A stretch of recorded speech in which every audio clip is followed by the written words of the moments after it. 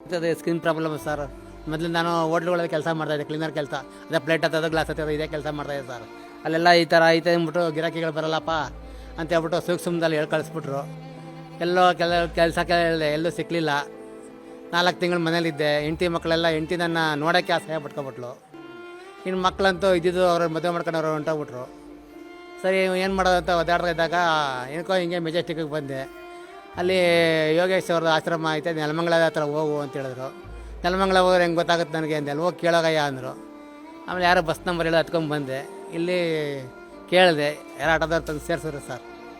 ಇದ್ದಿದ್ದು ತಿರುಗಿ ನೋಡಲಿಲ್ಲ ಸರ್, ಯಾರೂ ಇಲ್ಲ ಸರ್. ಇದೊಂದೇ ಜಾಗದಲ್ಲಿ ನನಗೆ ನೋಡಿ ಮಾತಾಡ್ಸಿದ್ದು, ಎಲ್ಲ ನೋಡ್ಕೊತಾ ಇರೋದು ಇಲ್ಲೇ ಸರ್. ಇದೇ ನನಗೆ ದೇವಸ್ಥಾನ ಸರ್. ಸರ್ ಅವ್ರಿಗೆ ಎಲ್ಲ ಕರೆಕ್ಟಾಗಿದ್ದರೆ ಸಂಬಳ ತೊಗೊಂಡು ಕೊಟ್ಟರೆ ಬೇಕು, ಇಲ್ದಾರೆ ಬೇಡ ಸರ್. 2 ದಿವಸ ಕೆಲಸ ಇಲ್ಲ ಅಂದ್ರೇ ಒಂದು ಗ್ಲಾಸ್ ನೀರು ಕೊಡೋಲ್ಲ. ಹಿಂಗೆ ಕರೀತಾರೆ, ಏನು ಗ್ಯಾರಂಟಿ ಕೇಳಿ ನಾನು? ಇಲ್ಲ ಸರ್, ಯಾರೂ ಬರೋ ಸೀನ್ ಇಲ್ಲ ಸರ್. ಎಲ್ಲರ ಬಗ್ಗೆ ನಾವು ಫಸ್ಟ್ ರೌಂಡ್ ನೋಡ್ಕೊಂಡು ಬಂದುಬಿಟ್ಟೆ ಸರ್. ಈಗ ಬಂದರೆ ಇಲ್ಲ ಸರ್, ಬರೋಲ್ಲ. ಆ ಥರ ನಂಬಿಕೆ ನನಗೇ ಇಲ್ಲ. ಇನ್ನು ನಿಮಗೆ ಯಾಕೆ? ಸಂಬಂಧಿಕ ಹೆಂಡತಿ ಮಕ್ಕಳೇ ಬರೋಲ್ಲ ಅಂದಮೇಲೆ ಸಂಬಂಧಿಕರು ಯಾರು ಬರ್ತಾರೆ?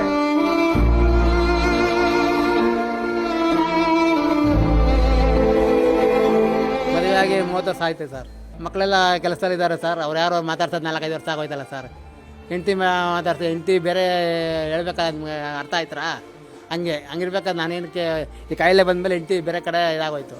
ಎದುರುಗಡೆ ಸಿಕ್ಕಿದ್ರೂ ಮಾತಾಡ್ಸಲ್ಲ ಅಂದಮೇಲೆ ಹಿಂಗೆ ಕರೀತಾರೆ, ಯಾವ ನಂಬಿಕೆ ಇಟ್ಕೊಳ್ಳಿ ನಾನು? ಯಾರು ಸಿಕ್ಕಿ ಒಂದು ಚಾನ್ಸ್ ಕೊಟ್ಟಿದ್ರು ನಾನು ಇಲ್ಲಿ ಬರ್ತಾ ಇರಲಿಲ್ಲ. ಯಾವ ಆಪ್ಷನೂ ಇಲ್ಲ, ಯಾವ ಚಾನ್ಸು ಇಲ್ಲ. ಅದಕ್ಕೆ ಇಲ್ಲಿ ಬಂದಿದ್ದು. ಇದೇ ಲಾಸ್ಟ್ ಸ್ಟಾಪ್. ಇದಕ್ಕಿಂತ ಇಲ್ಲಿ ಬಿಟ್ಟಿದ್ರೆ ನಾನು ನಂಜನಗೂಡಲ್ಲಿ ತೇಲ್ತಾ ಇದ್ದೆ. ನಾನು ನಂಜನಗೂಡಲ್ಲಿ ಮುಳುಗ್ಬಿಡ್ಬೇಕು ಅಂತ ಕಡೇ ದರ್ಶನ ಮಾಡಿಬಿಟ್ಟು ಇದೇ ಸತ್ಯವಾದ ಮಾತು ದೇವಸ್ಥಾನ ಮುಂದೆ ಕೂತಿದ್ದೀನಿ. ಸತ್ಯವಾಗೂ ಇದೇ ಮಾತು ಹೇಳ್ತಾ ಇರೋದು ನಾನು. ಅವತ್ತು ಅದೇ ಹೇಳ್ದಿದ್ದು, ಇವತ್ತು ಅದೇ ಹೇಳ್ತಾ ಇರೋದು.